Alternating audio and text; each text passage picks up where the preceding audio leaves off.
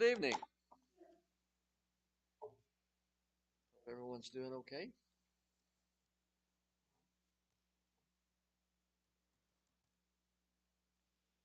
And we will continue this series tonight.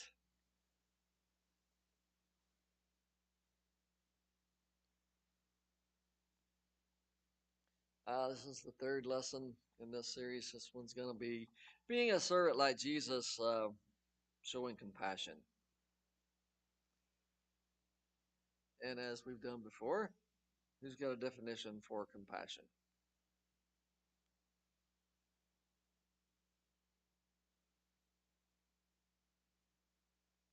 I've got one. A feeling of deep sympathy and sorrow for another who is stricken by misfortune, accompanied by a strong desire to alleviate the suffering. Might not be the best definition, but a definition of compassion. And I think we're all called for such things, to be compassionate one to another. If we can't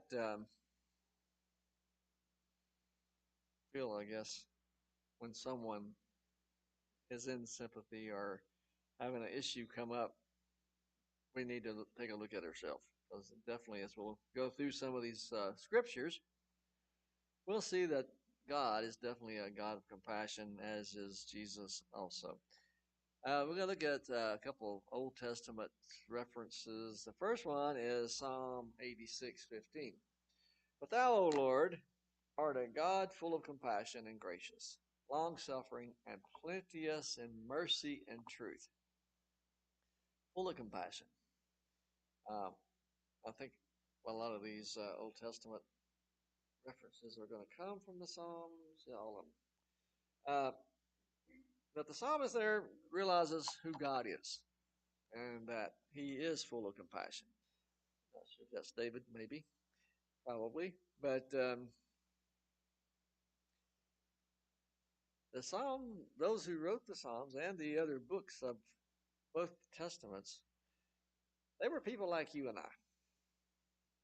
They had their own struggles. They saw a lot of things, had to witness and had to experience it for themselves. A lot of things that, well, just like you and I, not so pleasant. And but the psalmist says that God is full of compassion and gracious long suffering. And aren't we glad that He is that? Psalm 111, verse 4, He hath made His wonderful works to be remembered. The Lord is gracious and full of compassion. The same phrase is used. His wonderful works to be remembered. You can't go a day. Well, I guess you could if you weren't paying much attention. But it's hard to go a day without looking around and seeing what God has made. Right? We know intellectually that He made everything. We don't always say thank you for everything. But we know we would not be here today. We could not live. We could not do anything without God. And God is, that's some of His works. Okay. But He is full of compassion. He realizes who we are and what we are and what kind of struggles that we go through. And He is there to help. Any comments? By all means, jump in. Otherwise, I'll be talking. Psalm 112, verse 4. He hath made His wonderful works to be remembered. I don't think that's right. I must have copied it. Let's take a look. It might be right. I don't know. But it looks just like the other one, so maybe I did something wrong. Psalm 112, verse 4.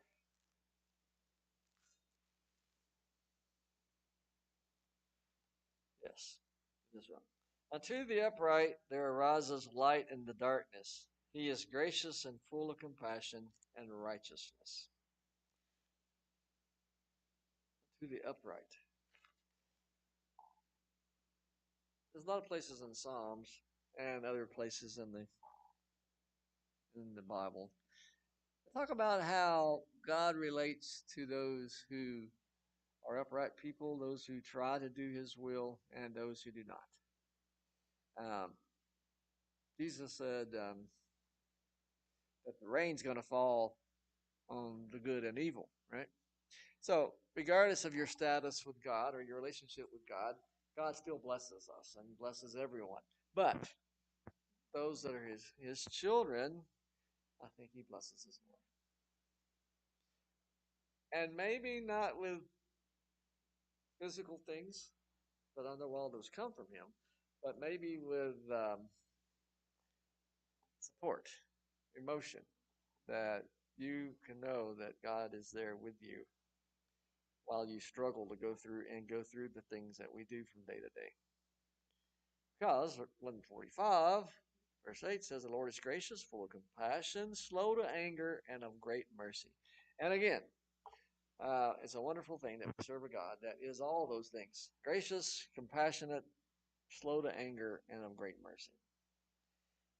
Look at the Old Testament and how he dealt with people in that time.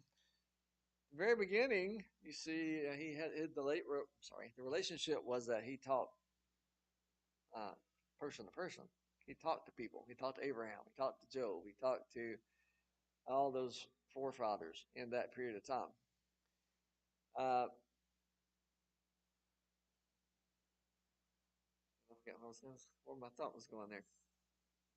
Okay, no idea what I was going to say. Okay, if I ain't got any comments, I can't remember what you're going to say. All right, so that's the four Old Testament references we're going to look at. We got some New Testament ones. First one is Matthew chapter 9.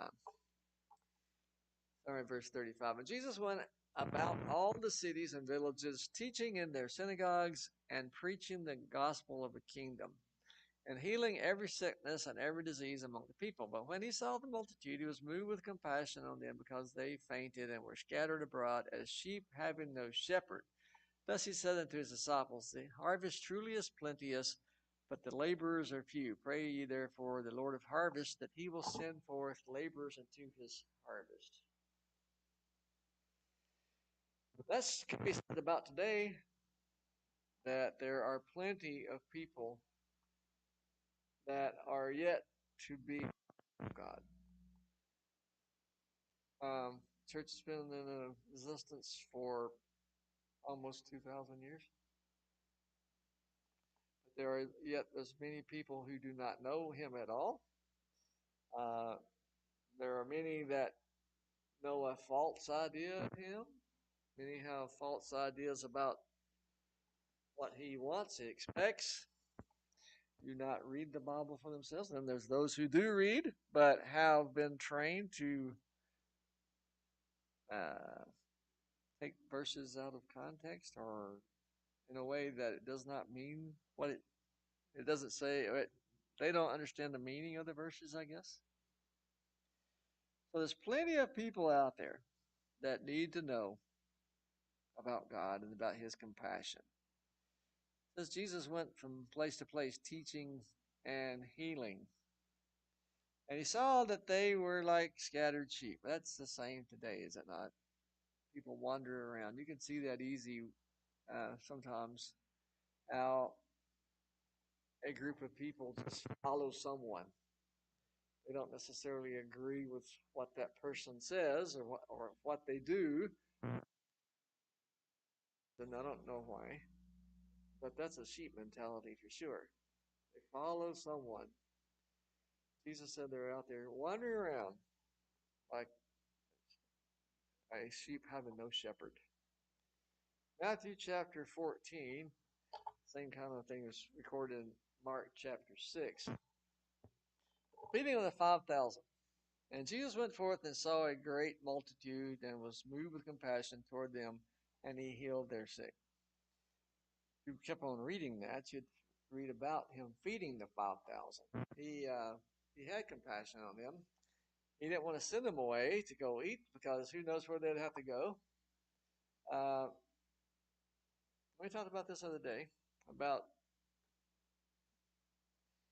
Jesus saw the need, the physical need. Now, it's hard regardless of what you want to do, it's hard when your body needs something else. If you're hungry, well, that's not what you think about, right? Your body really thinks about it anyway. Or if you're about to sleep because you're tired, or if you're just wore out because you worked hard all day, you, it's hard. If your body is not cooperative, and then it's kind of hard to sit for a long time. I know it is for me too, to sit somewhere. So Jesus understood um, the need, the physical needs of people. And he took care of those. They were sick, they were hungry. He took care of those things. But by the same token, when he did those things, he always taught them, right? And we talked about this some about reaching out to the community. Uh, Sometimes people don't want to come to things at a church building because they're afraid that you'll try to reach them. But that's the whole point.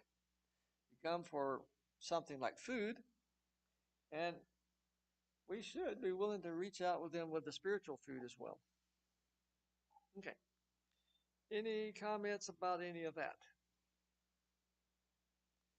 Okay. Next thing are parables.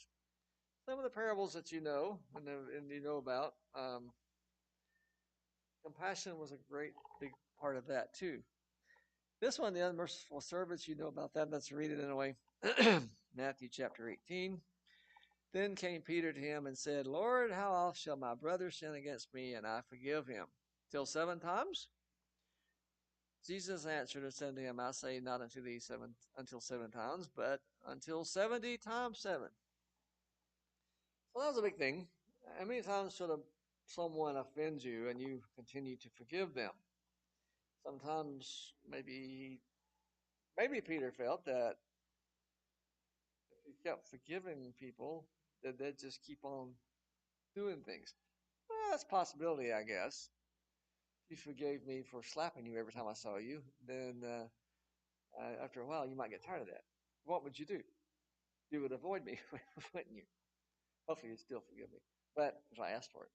But that's what Peter. Now, I don't remember why he asked that question, but I'm sure he's talking about forgiveness. And is that number that Jesus gave, 70 times 7, is that a concrete number? I know you can multiply that, but is that what he's saying? 70? No. Should be kind of an endless thing, right? I mean, if a person comes to you and says they're sorry, then you should be willing to forgive, no matter how many times they come back and say that. Primarily because that's what God does, right?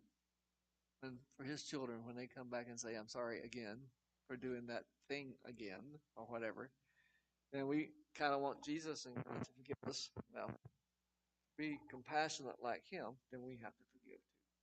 So he told this parable about this person not forgive. Therefore is the kingdom of heaven likened unto a certain king, which would take account of his servants. And when he had begun to reckon, one brought unto him which owed him 10,000 talents. But for as much as he had not to pay, his Lord commanded him to be sold, and his wife and children, all that he had, and payment be made. And that was his right to do, right? You owed somebody that much money. Today, they would probably put you in jail, maybe, if you owed a bunch of money, or at least you would feel a lot of consequences for it. And that's kind of what was going to happen to this guy. But then verse 26 says, the servant therefore fell down and worshipped him, saying, Lord, have patience with me, and I will pay thee all. Then the Lord of the servant was moved with compassion and loosed him and forgave him the debt. He didn't just say, okay, I'll take payments. He said, no, you're forgiven. All is good. But you know the story. But the same servant went out and found one of his fellow servants, which owed him 100 pence. And he laid hands on him and took him by the throat, saying, pay me what thou owest. And his fellow servant fell down at his feet and besought him, saying, have patience with me, and I will pay thee all. And he would not, but went and cast him into prison till he should pay the debt. So when his fellow servants saw what was done, they were very sorry and came and told unto their Lord all that was done. Then his Lord, after that he had called him, said unto him, O thou wicked servant, I forgave thee all that debt because thou desirest me. Shouldest thou not also have compassion on thy fellow servant, even as I had pity on thee? And his Lord was wroth and delivered him into the tormentors till he should pay all that was due unto him. So likewise shall my heavenly Father do unto you also, if you from your heart forgive not everyone his brother their trespasses. This is a very good story for those then, a lesson for one that Jesus told, but for us too. Now, I've forgotten the amount of money we're talking about, 10,000 talents versus 100, what was it? 100 pence. Nowhere close to the same. He was forgiven this tremendously large amount of money. Now, why he got in such a debt, who knows? Uh, but he was this huge debt that he could never pay, at least not in a very long time, was forgiven, but yet this guy owed him some money and he went out and treated him poorly. Well, Jesus says that's the same thing's going to happen to us. If we can't forgive, we can't have the compassion that Jesus would have, then God is not going to be pleased with us in the end. We have to be willing to be compassionate, be forgiven, and help those. That's not saying that you should forgive everybody who owes you debt, but be willing to work with them. Be willing to try to help them. If they fraud you multiple times, then you might want to stop doing business with them. But be willing to work with someone. Good Samaritan, another good compassionate parable from Luke chapter 10. On a certain large master, what shall to inherit eternal life? The interesting thing is, it says he tempted him. He wasn't really interested. That's what I get from that. He was just trying to stir up something. And so Jesus says, he said unto him, What is written in the law? Thou readest it? How readest thou? And he answered and said, Thou shalt love the Lord thy God with all thy heart, and all thy soul, and all thy strength, and with all thy mind, and thy neighbor as thyself. And he said unto him, Thou hast answered right. This do, and thou shalt live. But he, willing to justify himself, is my neighbor. People are nitpicky sometimes, okay? And that's what this guy was doing. It appears to me that he wasn't a bit interested in what he had to say. He was just trying to catch you with something. And him being a lawyer, I don't know what kind of lawyer he was, but Jesus said, You read the law. What does it mean to you? And so the guy said the right thing, which says sometimes folks know the right answer. There are folks that could probably quote Bible scriptures to you, but their heart be far from that. Right? Or they might not believe it. They might could just spout it out, but that doesn't mean that they believe what they're saying. Kind of with this guy. I don't know. But he answered correctly. You're supposed to love God with all your heart, and all your soul, and all your strength, and all your mind, and love your neighbor as yourself. Well, Jesus gave him an answer in this parable about who his neighbor was. He probably didn't like that answer either. Anyway, Jesus answered and said, A certain man went down from Jerusalem to Jericho and fell among thieves, which stripped him of his raiment and wounded him and departed, leaving him half dead. By chance there came down a certain priest that way, and when he saw him, he passed by on the other side. Now, a priest is someone who serves God, right? And that's his duty to serve God. And we look at that person and we think, why didn't you do something? We have no idea what was going on with that guy, but he apparently didn't want anything to do with that. Sometimes maybe we get that way too. Just don't want to deal with a situation at the time. And the Levite that came by did the same thing. Then the Samaritan came by, and a certain Samaritan, as he journeyed, came where he was, and when he saw him, he had compassion on him. The other two apparently didn't have any compassion whatsoever. They saw a guy over there about half dead, thought it's okay. I'll just keep on going where I'm going. Sometimes I think maybe we gets too wrapped up in what I'm doing to notice what's going on around.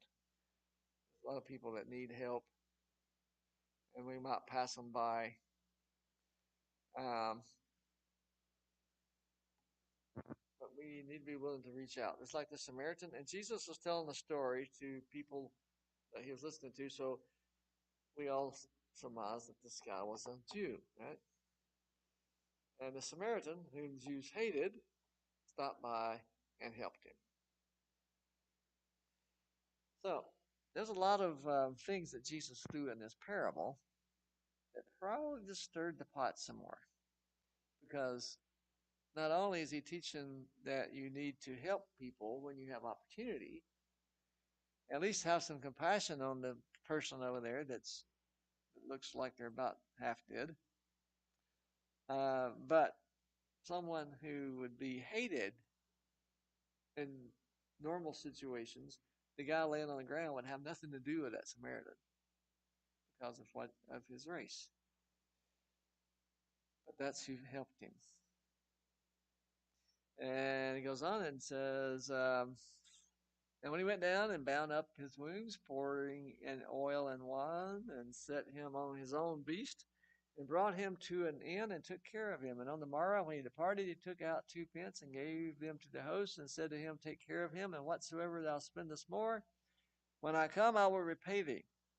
Which now of these 3 thinkest thou was neighbor unto him that fell among the thieves? And he said, He that showed mercy on him. Then Jesus said unto him, Go and do thou likewise. So sometimes it's not the person that lives right next to you is the neighbor. The priest and Levite, maybe they were physically closer to him as far as where he lived. But the Samaritan showed what it's really like to be a neighbor. Really be willing to reach out and help somebody, and not only spend time with them, but to reach into his pocketbook and pay for stuff. Sometimes it takes money. As you know, the world kind of operates on money. It's kind of hard to do anything without it in today's world. But not everything takes money. And sometimes things that we could do takes very little. Just talking to someone, let them know that you're thinking about them. Send a card to them, maybe. Just let them know that there's someone that they can count on to help them if they have need. Okay? Next is miracles. There's quite a few miracles that happen, and each one of these uses the word compassion. Healing the blind man, Matthew 20:30-34. Healing a leper, Mark 1:40-45. Healing the man that was demon possessed, Mark 5:1-19. All those, if you read those passages, you would see that Jesus had compassion on them. Each one of those groups of people, he willingly reached out and helped. They all had different needs, all had different things going on in their life, and they came from different walks. The guy that was demon possessed he was very scary to all those around him, apparently. Jesus had the ability, of course, to look through things and see the real person. He still has that ability to see our hearts today and see what we're really about.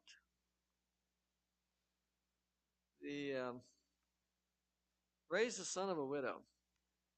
I'm going to read that one. Luke chapter 7, verses 11-16. It came to pass the day after that he went into a city called Nain, and many of his disciples went with him, and much people. Now when he came nigh to the gate of the city, behold, there was a dead man carried out.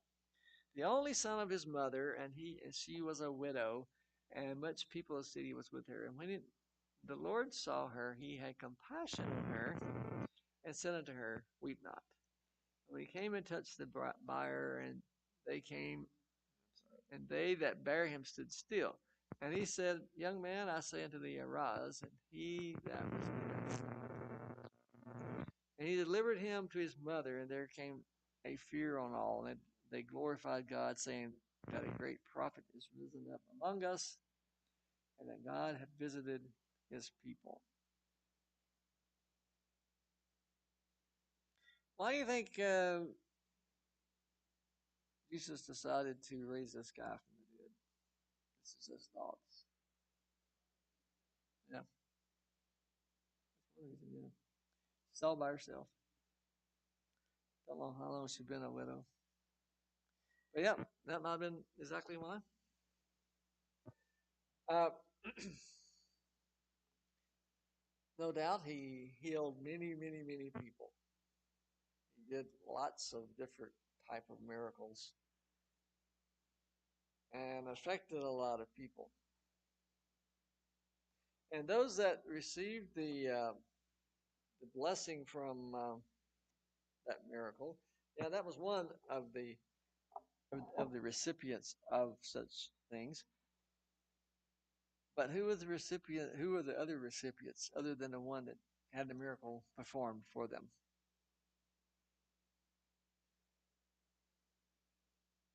In this case, there was a lot of people standing around. They all witnessed it.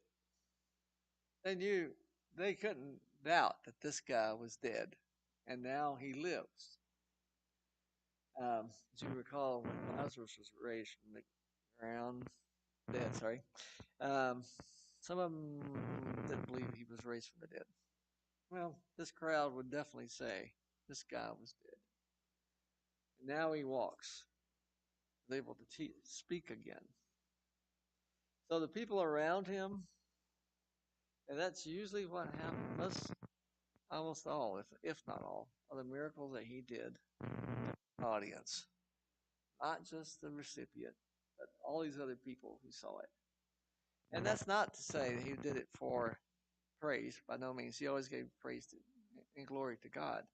He did it to prove who he was. That's why he did it. So that people would know, without a doubt, who he was. But yet, of course, they all tried. A lot of them tried to deny him still. Okay, I have one more Bible verse, and we'll be done for the day. This is a little shorter. Exhortation by in First Peter chapter 3 and verse 8. Finally, be ye all of one mind, having compassion one of another, love as brethren, be pitiful, be courteous. Peter encourages us, well, those who he was writing to, if I'm not mistaken, it was the churches in Galatia, um, but to us too. Be of one mind, be compassionate one to another. Love as brethren, and be pitiful and courteous. Be willing to reach out and help people. Be willing to stand up when others need you. Not just saying, well, somebody else will handle that. I don't need to. Jesus was compassionate, and that's what we're called to be as well. A servant like Jesus, that's one of the things we have to be. Compassionate. Any comments or questions?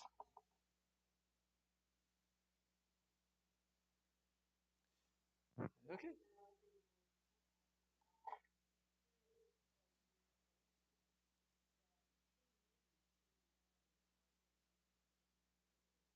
Yep,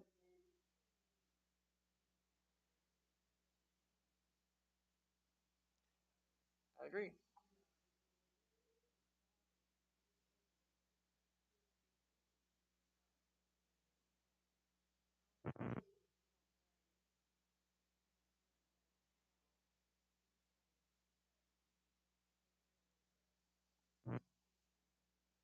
Right. Yeah, I agree. They were all touched by what he did. Thank you.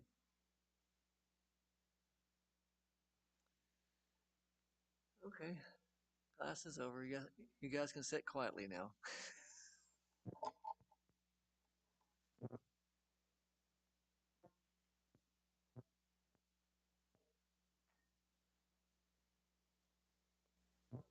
Challenge is I'm used to Stephen going until 8 o'clock, so the timing's off. Um, all right. We had a good talk tonight in our class, and we were talking about how how we think about things. You know, deep down inside all of our heads is a bunch of assumptions that we made, based on assumptions that we've made, based on lessons we've learned, based on assumptions that we've made all the way back through our life, right? And sometimes it's really, really useful when you're thinking something to